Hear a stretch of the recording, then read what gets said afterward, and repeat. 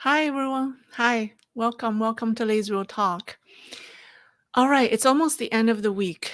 All right, one more day.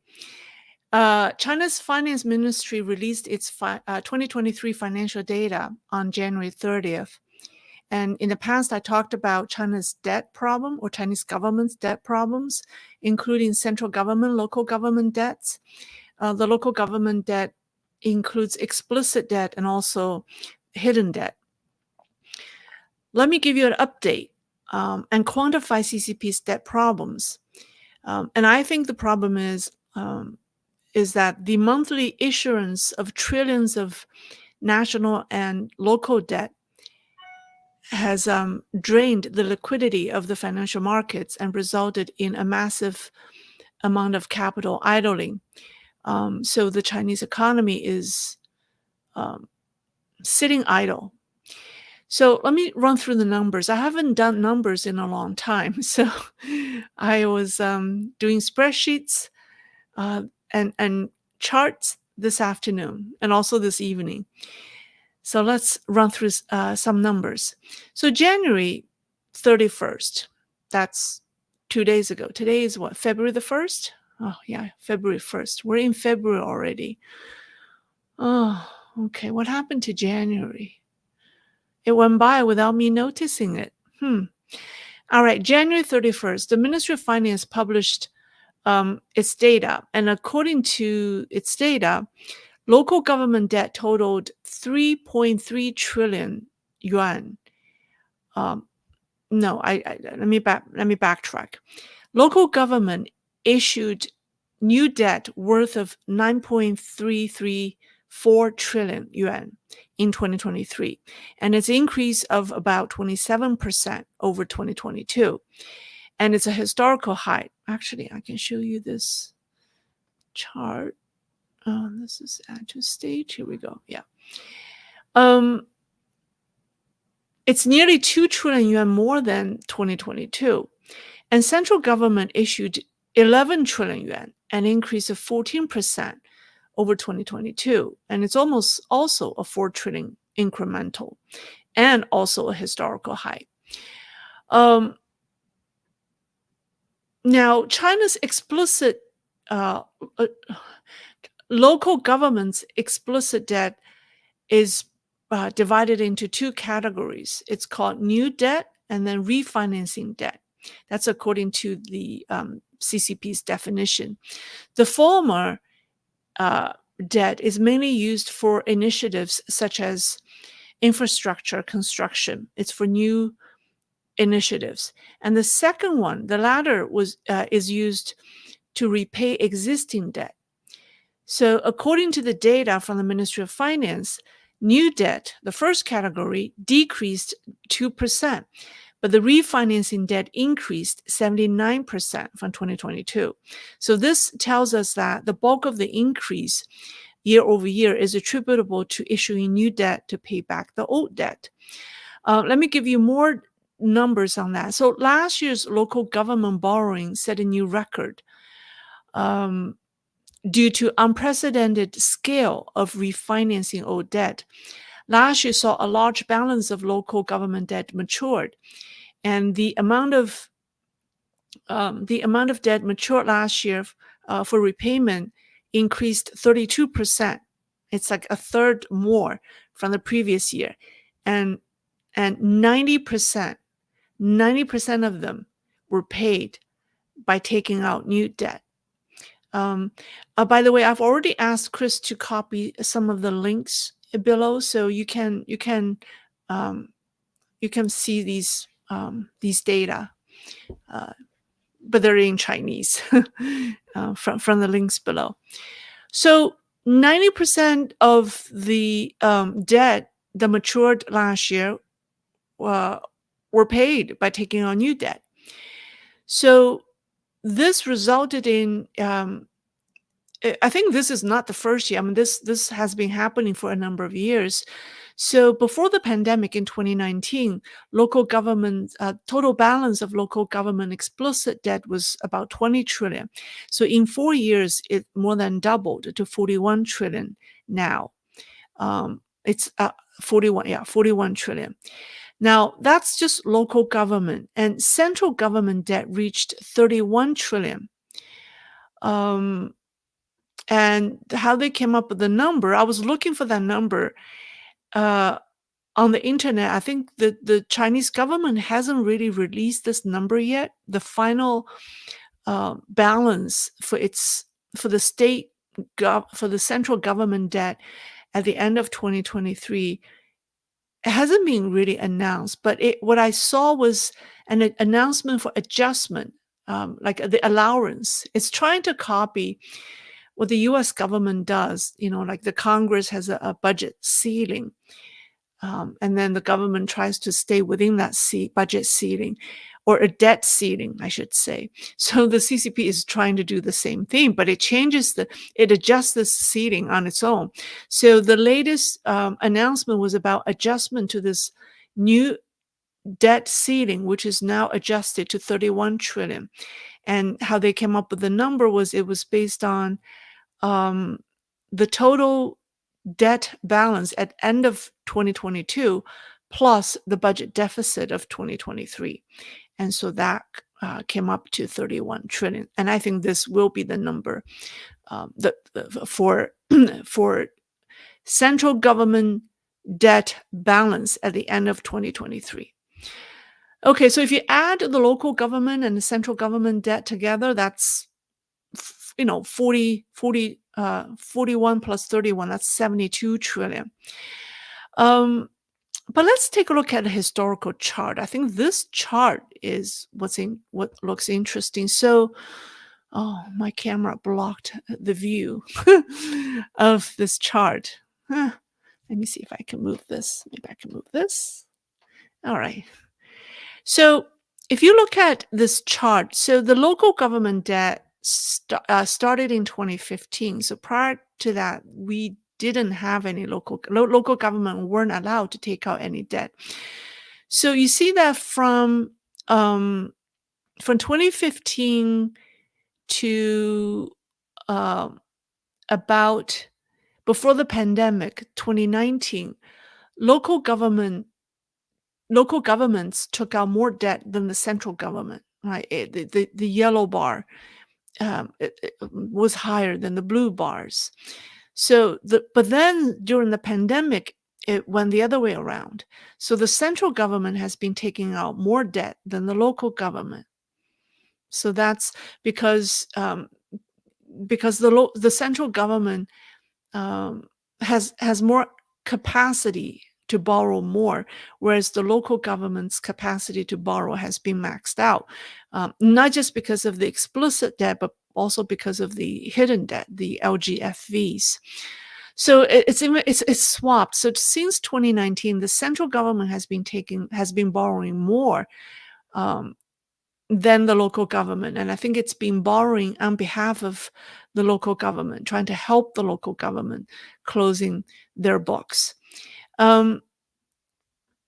So now, if you look at 2023, the local government took out over 9 trillion, and central government took out 11 trillion. So if you put them together, that's like almost like 2 trillion new debt every month, right? So the Chinese government at local and central levels have been borrowing on average, or have been taking out 2 trillion yuan worth of debt every month for a good part of 2023. And most of the debt they took out were new debt to pay back the old debt. And this means that 2 trillion renminbi was withdrawn from the financial market every month, and it reduced the liquidity in the market. And the money taken out were not injected into the real economy, but used, and they were not injected into the economy, meaning people couldn't take the money out from the bank to spend as to spend the money to stimulate consumption, or they couldn't take out the money to invest. Instead, the money is going back and forth between various levels of government and the banks. So when the government borrows money from the banks, um, it gives it gives the money back to the bank to pay back the old debt or old loans, right? When the banks get the money from the government, it cannot let the bank customers to take the money out, um, to spend it or to do their investments, because the banks need to consolidate the money and prepare for the next month's government's new round of issuing of new debt. So this is a crazy cycle of borrowing. It's a cycle of borrowing and repaying, and it draws out liquidity from the financial market and does not contribute to the real economy. It does not help China's stock market. Um, so, and the scale is astronomical, because 2 trillion is only a fraction of that. This is because the 2 trillion that you're looking at here, 2 trillion per month, because the annual number is 20 trillion, right? That's only the explicit debt. It does not include the infamous local government financing vehicles, or LGFVs, which has been concealed by various levels of local governments, making it difficult for central government to discern. And then the hidden debt has been estimated by various people, but the most that I've seen is it's estimated between 60 to 70 trillion. There are also people who claim that it's at 100 trillion. But if it's 70 trillion, that's doubling the on the book debt, right? Because I just told you that the debt balance, the balance of both local and central government debt is 70 trillion.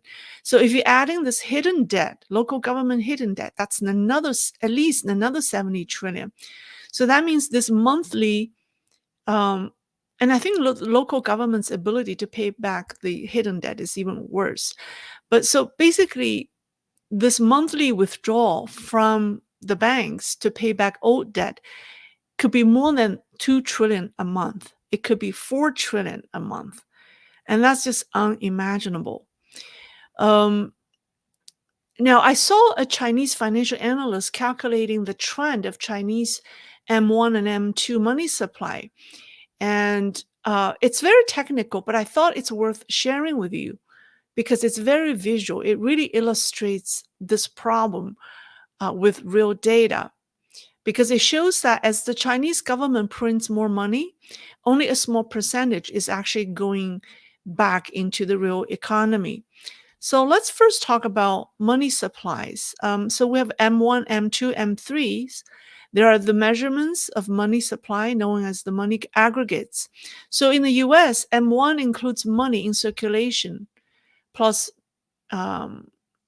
checkable, like our checking account deposits, right? And the M2 includes M1 plus saving deposits and anything under $100,000, and then money market mutual funds, short-term money market funds.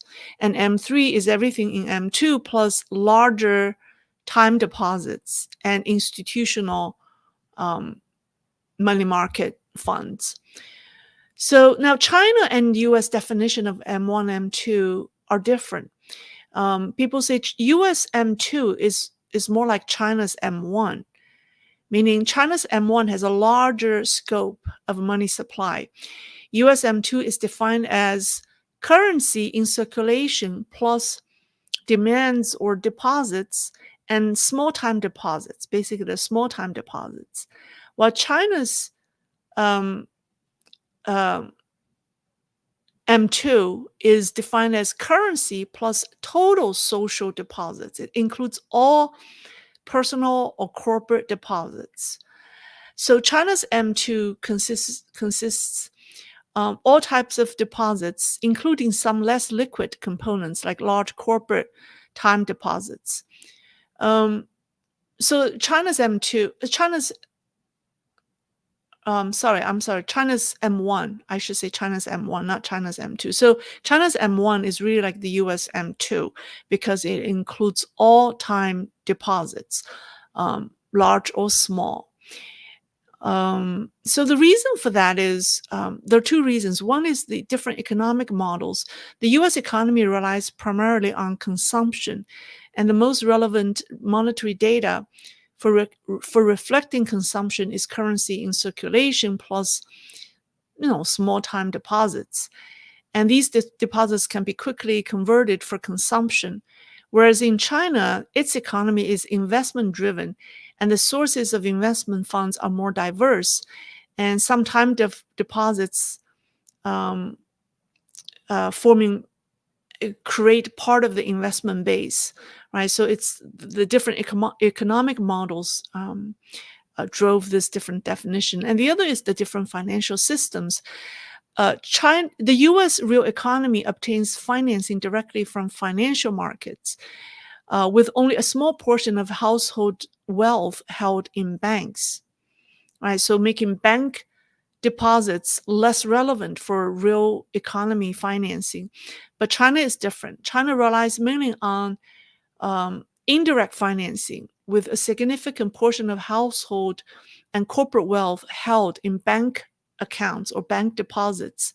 And these banks then provide lending to businesses. So the real economy largely obtains financing from banks. So bank deposits, therefore, are critical for real economy financing. So this is why the banks are so important in China's in measuring China's real economy. So with that said, so China's M1 is really like the US M2, right? So China's M1 is a narrower measure of money that's highly active, and that's money that's liquid money, money that can be liquidated, and that's in circulation. Whereas its M2 is broad measure of money. So let's take a look at its M1 and M2 from 2000 to 2023. Right. So if you look at 2000 is the year when China, well, that was the year before China joined the WTO. So China's M1 grew 11.8 times from 2000 to 2023, whereas its M2 grew 20.7 times over 23 years. It means that more money are sitting in, or the M2 grew faster, meaning that more money are sitting in banks, in Chinese banks, idle. And this is evident in this M1, M2 ratio. So it means that if this M1 over M2 ratio is higher, that means a larger amount of the currency is actively circulating in the economy. If it's lower, it means that more money is sitting in the banks and being idle. So if we calculate this ratio, we can get a sense of how much money CCP printed are sitting in the banks sleeping, and how much of it is actually in circulation. So if we compare, if we so this is okay, this is the M1 M2 over the years, and you can see how the M2 grew at a much faster speed. And if we do the trend of the growth, so this is the ratio, the M1 over M2 ratio trend for 23 years. So if you look at this, it was almost at 40% in 2000, and it's now at 23%, right? So that means the amount of the liquid money or cash equivalent is getting smaller and smaller over the 23 years. That means more and more money are sitting idle. This percentage is dropped from 39% to 23%. And if we break down this drop, you see before 2017, it goes kind of up and down a little bit, and it dropped So from 2000 to 2017, the ratio was up and down, and it dropped 7.3% over 17 years. And that's an annual average of 0.43%. I know it's just a very rough calculation, just to illustrate my point. But then from 2017 to 2023, with the start of U.S.-China trade war and also, the ongoing decoupling or de-risking, the ratio dropped at a much faster speed. It dropped 8.9% in 6 years from 2017 to now, averaging 1.48% decline annually. So it means that the speed at which the liquid money dropped in the past 6 years is 2.4 times faster than the 17 years from 2000 to 2017. So it means that China has been losing its economic engine in the past 6 years as more and more money are sitting idle, and it's not being injected into the real economy. And you wonder why, right? The debt, the local and Chinese government debt, and not only that, but also corporate debt. The debt problem has generated this problem, or has a big part to contribute to this problem. So now when China's central bank prints a yuan, only 23 cents go into circulation, and the other 77 cents stays idle or stay idle. You may ask, well, what is this ratio for the United States? So it's hard to do a apple to apple comparison, because China's M1 we say is US M2, and I think China's M2 is more like US M3, but we don't know what US M3 is since I think the Fed stopped reporting it in 2006 because the cost of estimating M3 was believed to outweigh its value. So it hasn't been tracked since 2006. But we know the current US M1 over M2 ratio is at 87%, and Japan's is 88%. If we do a M2 over M3 ratio, I don't know, some of you may be economists or financial analysts who have a better sense of what the US M3 is. I think it's definitely over 50%. It's not anywhere near China's 23%. So I don't know that number, but if I can guess, it's definitely over 50%. So China's this low M1 over M2 ratio is an indicator that as its central bank prints more money, only a very small fraction gets injected into the economy and contributes to people's consumption, the stock market, or because the bulk of it is going back and forth between the banks and then the local government, or SOEs in that case, because the SOEs is part of the government as well. So that's why we see the Chinese economy has lost its engine and is running idle, due to the astronomical size of the government debt, right? Local, central, or explicit and hidden. Okay, so let me end by giving you a little bit more data that I thought that you may be interested in. I don't know if this is relevant. So based on data from the Ministry of Finance, the average term of new debt issued in 2023 was 12.4 years, and it's down 0.8 of a year from 2022. So it's almost the same, a little shorter. And the interest rate was lowered to 2.9, averages 2.9% than the previous 3.02% in 2022. So even though the rates have gone down, the overall interest payment in 2023 was up at 9.6% from the previous year. This is because the overall amount of debt has grown. So even though when you reduce the interest rate, you take on more debt, you still have to pay more interest. So the interest payment was 9.6% over 2022. Um, Now, last year, the central government introduced a package of debt resolution plans, and it allows one of them allowed more than 20 provinces to issue a total of nearly 1.4 trillion yuan in special refinancing bonds to repay existing debt.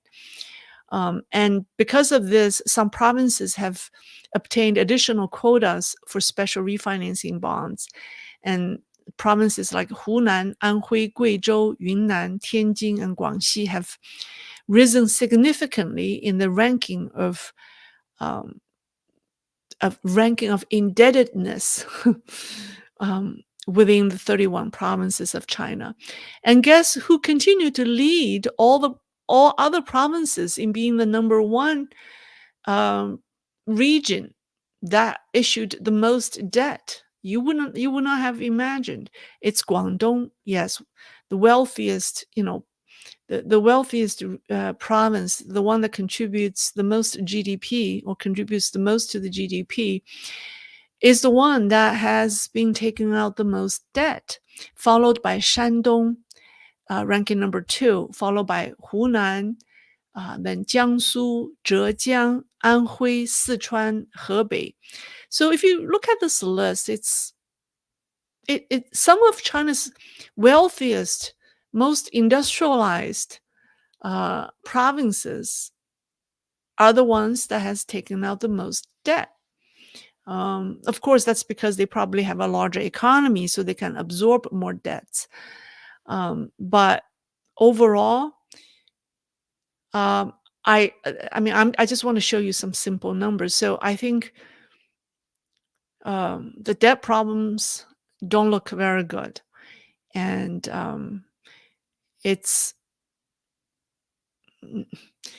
it's like this engine, this this cyclical, um, this cycle, right? Cycle of money going back and forth between government or SOEs and banks every month at high speed, because it's every month. You cannot stop.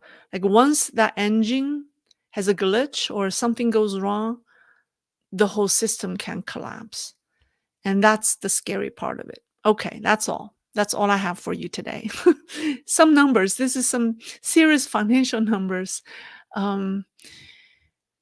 Okay, let me see if people have questions for me. Probably not. All right. All right. Well, oh, here I got a super chat question. Lovely lovely serve. Love live serve. Is that love live serve? What do you think of Kyle Bass and his thoughts on the Chinese economy? Does it make sense to invest in Chinese ADRs now that China is stimulating? I don't think investing in China is a good idea at this point. I know the Western investor has this, diversification concept, like you can't put your eggs in one basket. But I just don't think investing in China is good. But it's very difficult, because if you tell your portfolio managers, say, I don't want to invest in China, and it's almost you can. I mean, unless you just, I mean, what they will do is they will stop investing in emerging market, because China is a important part of the emerging market. So you almost have to, tell them not invest in the emerging market. Um, I don't see, I mean, what can you invest in China? Everything, you know, there's no rule that you can predict. There's no, I mean, if the CCP has any, because it's driven by one man's idea, and you don't know which direction he's going, and he doesn't even know which direction he's going. So, I mean, in the financial world, it's all about risk management and control, right? Everyone wants to have the ability to control. I mean, we all know there are risks, but we want to control the risks. But in China, how can I mean nobody knows that he's going to shut down the training and the education industry. Nobody knew that he was going to shut down the gaming industry. Uh, so so because of this unpredictability, you can't manage your risk. Uh, I mean, I'm sure it's okay if you just allocate a very small percentage of your portfolio and try it in China, but that's almost like gambling. You might as well put the money in in the casino. You have a percentage of making money. I just don't see how you can, you know, how you can manage that. All right, that's my answer. Um, okay, no question. That's good. That's good. All right. Oh, I do. I do have some questions. Sean Rice. Oh, not this is not addressed at me. Okay, Ray Ward. Do you think China could ever function as a democracy, even a Taiwan type democracy? Yes, I do believe that. Take a look at the transformation Taiwan went through in what 20 plus years. Yeah, I think China would be able to accomplish that as well. Um, I think I want to share with you an important comment. Um, Taiwan's president elect William Lai made a comment. I don't know where, but there has been talks about he was asked about this Taiwan independence claim because the CCP is trying to say, you know, if he is elected, he's going to declare Taiwan independent.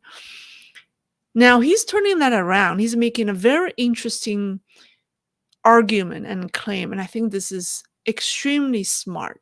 What he said is, he said, the ROC, the Republic of China, has been independent, right, since 2011, 2012. And it includes both Taiwan and the mainland China. So the ROC includes the mainland China. Now, whether or not the 1 billion Chinese on the mainland want to be independent from the ROC can be decided by a public vote. So he's saying that the Chinese people on the mainland can decide if they want to be separate from the ROC or, you know, to form their PRC. I mean, this is not his exact quote, but it was something to that effect that he said. So he's turning this independence claim around. You know, he's saying now, well, Taiwan, the ROC has been in existence since 2012. You know, we don't need to be independent, but if you guys want to be independent, your people need to decide that. If you want to be independent from us, you guys, your people need to have a vote to decide that. And I think that's just very smart. He turned the claim around. I thought very clever. All right. So I answer that question. Thomas Warden, the rich provinces are not used to belt tightening. Borrowing keeps the lifestyle going, but it could be either an effort to bring down CCP or to gain capital and move it offshore. Borrowing keeps lifestyle going, but it could be either an effort to bring down CCP or you're right.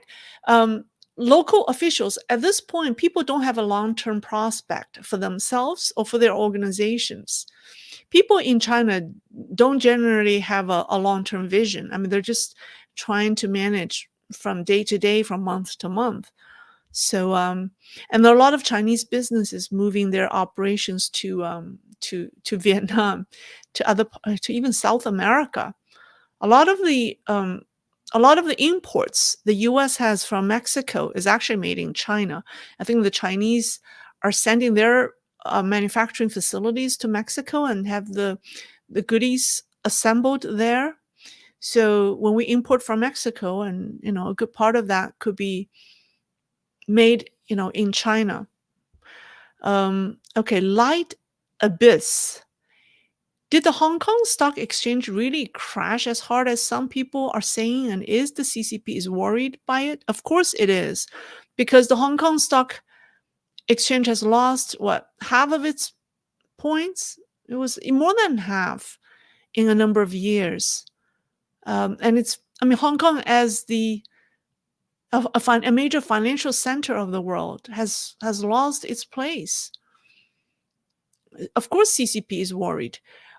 Most of the foreign investments into China went through Hong Kong. So Hong Kong plays such an important role in China's economy as the gateway into China or to the world, right? But it has lost that because it has become more and more like the mainland. So some people say that Shanghai may overtake Hong Kong as this major port, or the major financial center of the Far East. So to answer your question, is Beijing worried? It may not. It may not worry about the decline of Hong Kong if its intention is to have Shanghai replace Hong Kong, and that may be the case. Unconventional ideas. The U.S. had to intervene severely and issue haircuts to different stakeholders in a brutal, politically difficult way. How well prepared is the CCP to do something similar? To intervene what though? I'm not quite sure what you're referring to. Intervene what? China's economy? I'm not quite sure what you mean by intervene. Al, there are a lot of reports that China has a huge gold reserve. Oh yes, I am I'm working on that. Yes. Can you give perspective on this, and if it is true, why isn't China drawing from the gold reserve to cover the debt? It doesn't want to dip into its secret gold reserve. Its secret gold pocket of gold. It's being kept as its best weapon, right? In times of economic sanctions. It hasn't happened yet. So it's not going to, dip into its gold reserve. It has a astronomical amount of gold. Yeah. Then what meets the eyes? Then what meets the eye? Dave M. All of money is tied up in cash. Then if it's all tied up in cash, then you're losing some of it due to inflation. Okay. S. If you want to play the real estate market in China, invest in demolition companies. See the risk. You're right. As a concept, that's a good idea. But the question is, when you invest in China, you can put the money in, but you can't take the money out. The government will not allow you to take your investment out of China. So that's how the money is stuck there, because the currency is not easily, it controls the Chinese government. Let me bring back why this is still on my screen. Okay, so, all right, this is better.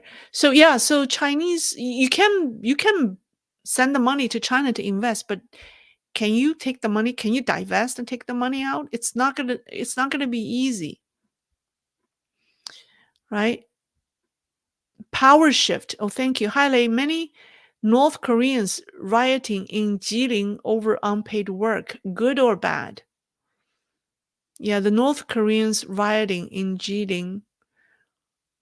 It's both good and bad, because it's good that they're letting their voices heard. But it's bad because I worry that the CCP may send them back to North Korea, and then that's dangerous for them. So that's good and bad. All right. 可爱的小猫猫, lovely kitties. Hi, Miss Lei. What do you think about the socialism with Chinese characteristics? Do you think North Korea can copy that strategy to grow too? I don't think North Korea wants to copy that strategy. I think the North Korean leader is proud that he doesn't have to go through what Xi Jinping goes through, to change the constitution, the CCP constitution, to justify his third term, because power is what's the word? Hereditary? in North Korea. It's passed in the family, the Kim family, for 3 generations now. So, Kim is like, why should I copy you? I don't think he needs to. I don't know, at least on that note, he doesn't want to copy the CCP's model. Jim Swolben, like, does she wants to punish his opposition by destroying their private business and emerging into state companies? Of course he does. Of course he does. He wants to do that. He wants to take their wealth and make them part of the state assets. But he's also weighing the risk, because he can't do that. If he does that too much, and then people can go, people can go against him. It's, precisely.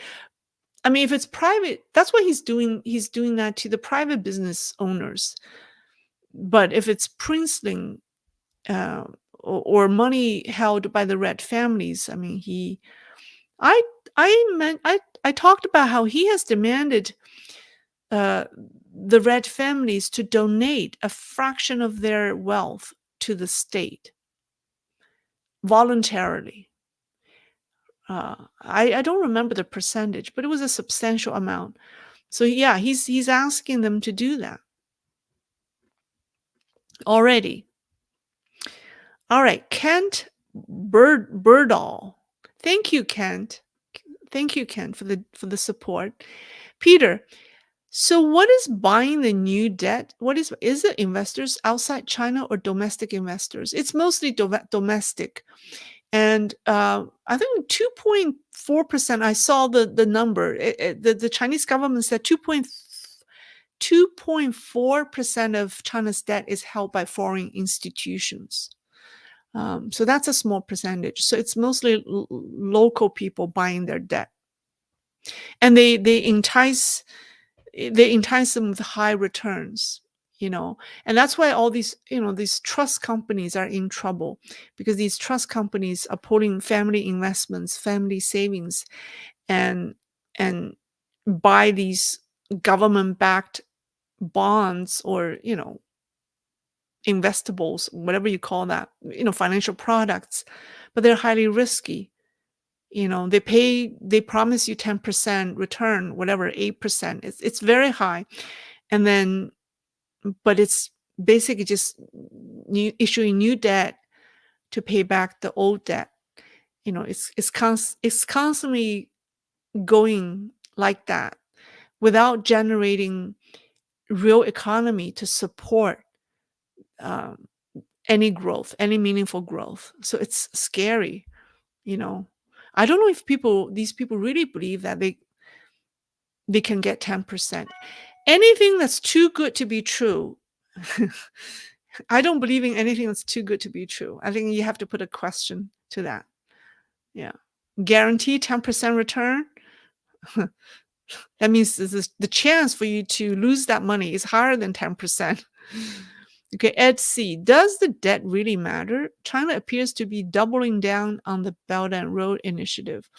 Where is the bottomless well of money come from? I don't think China is doubling down on the Belt and Road Initiative. They may be making noises to say that. I think they're backing down. Um, One of the theories, which is the theory that I believe, is that the reason China wanted to expand into projects like Belt and Road is because of its hidden foreign reserves. China has accumulated a lot of foreign currencies, and it does not want to show the money in its central bank. It does not want to show the money on the balance sheet of the central bank. So the money has been hidden. So people talk about China's hidden reserves, right? Hidden reserves. And these reserves are hidden by SOEs, or sometimes hybrid state and private companies held in their overseas accounts or somewhere. And so what do you do with these money, right? So the central government wants to make investment, and that's why the projects like Belt and Road came about, because that's a way to loan the money to these countries, poor countries, and then but the problem is, they haven't been able to pay back the money. So we talk about, how countries like Sri Lanka and some African countries are being trapped in debt problems. But on the other hand, China is losing, large amounts of foreign reserves or their shadow reserves because of these, poor these debt problems, right? So both are losing. One has a debt problem, the other is losing their precious foreign, hard-earned foreign currencies. So I don't think China is expanding that, but it may say that it will, just to fool all of us. All right. Phantoma 3. I've arrived late, but China's debt to GDP ratio is the same as Japan's. So is it really a problem? China's debt to GDP ratio, first, well, it's not including the hidden debt because China has a lot of hidden debt. Um, First of all. And the second of all, China's GDP is inflated. So if you normalize China's GDP, the debt to GDP ratio is going to be dangerously high, right? So China's GDP is way overstated. I did a program on that. So number one, some of the debt is hidden. Number two, the GDP is inflated. So if you normalize both both end, it's going to be uh, China's real debt to GDP ratio is going to be it's going to be dangerous. All right. Sean Rice, here we go. Thank you, Sean. Do you think that your audience knows M1 and M2? Is there a way to explain it for them? How did you learn it? How many friends did it take to explain it before you understand? It took me a lot. Um, it took no friends to explain that to me. I just taught myself that. And when I read something, when I read something, I make sure I understand. If I don't, I'll keep reading or I'll keep researching until I understand it. And yeah, that's how I know. So no one taught me anything. I just all through self-learning and reading. So M1 is the most liquid money, it's cash equivalent, like cash, and then your checking account, money that you can immediately take out from bank to be used for anything you want, right? M2 is money that's less liquid. It includes some of the saving accounts. I mean, M2, depending on whether it's the US M2 or the Chinese M2. The Chinese M2 include corporate CDs or large, long-term CDs. But those are not liquid because if you buy a 12-month CD, the money is going to be in the bank for 12 months. You can't use it. So that's not as liquid. So that's M2. And then you have M3, M4. So it's just an indication, it's a different, I think the pool of money that we have is being defined in terms of how liquid the money is or how accessible the money is to us, how accessible we are to use the money. That's all. I think the concept is pretty straightforward. I think when we learn something, maybe the reason people find it difficult is if you think, oh, I'm learning a major economic term, this is what the economists talk about. Sometimes our notions weigh us down. I think people are all very smart. Intuitively, we understand many things than we think we understand. But all these notions or these experts make you doubt yourself, make you think that maybe, am I getting this right? There's a Chinese expression, 大道无形. The greater the wisdom is, the simpler it is. It's a counterintuitive. Here we think, oh, if you're an expert, if you got a PhD, you must have you must have mastered some really complex theories, or you have mastered an enormous amount of knowledge. It may be true, but just at some level, the the wiser someone is, uh, the more he or she is able to explain something complex in a very simple fashion. Uh, it's not a language ability. It's here, right? They understand it. They understand it so well. So simplify everything as you learn. That's what I do. Don't overcomplicate matters when you learn. You know, make it very simple. If you can explain it to a 10-year-old, then that probably means you got it right. If you can't explain it to a 10-year-old, you need to keep learning until you can. That's just my very maybe childish way of to approach learning. I don't know if it's helpful to people. Life should be simple, and so is our knowledge and our wisdom, right? And so is human relations. Everything should be straightforward and simple.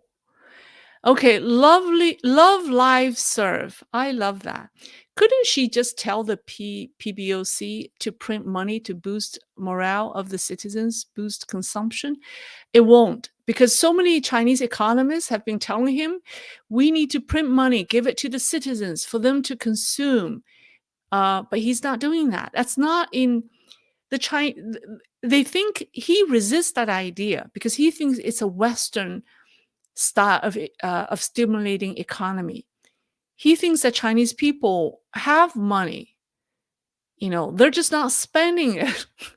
He does not understand. He does not believe that if you print money and give it to the people, it's going to help the economy. He refused to believe that. Yeah, and it has to do with his communist ideology. So that's just, it won't work.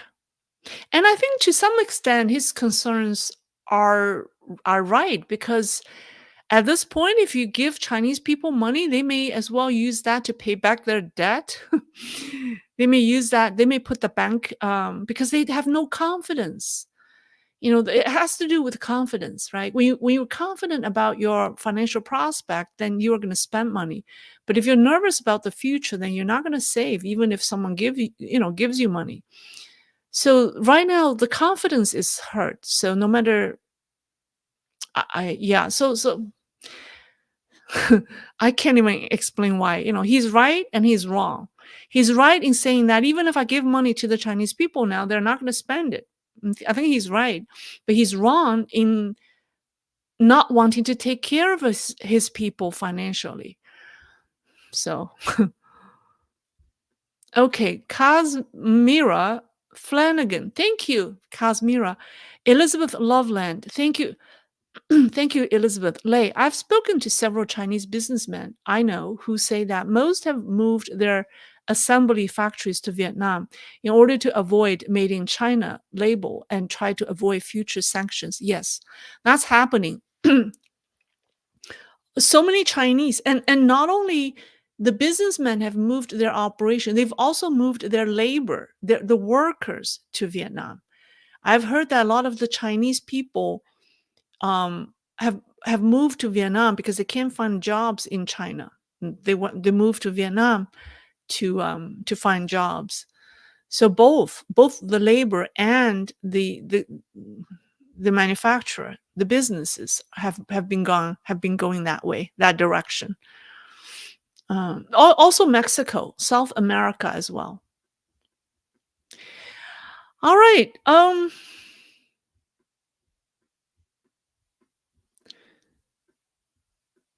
Okay. That seems it. Oh, I have one more question. Ray Ward.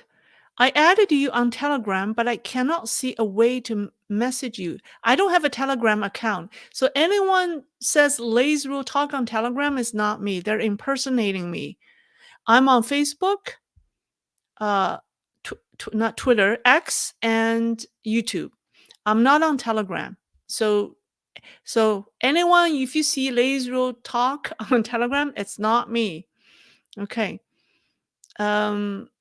Silas Larson, the PRC problems are too big to be offset by any amount of gold. They exceed total global gold. If there's more gold than known, its value will plummet. You're right, but I'll give you a hint. Take a look at how many gold mines China have has bought. Okay, so it not only controls the gold, it controls the gold mining industry, and that's the key. All right, Jason F. She wants 20% of Red family wealth, and they will be investigated. Yeah, 20%. Anyone holding over 30 million RMB is being audited and forced to give up wealth. You're right. That's called common prosperity. That's the very commonest concept of this is the economics. He's not worrying about um, CPI or PPI. He's not worrying about that or the unemployment rate. He said, I could get money. There's so many wealthy people in China. If I ask the princelings to give me 20% of their wealth, they still have to 80%. They're still super wealthy.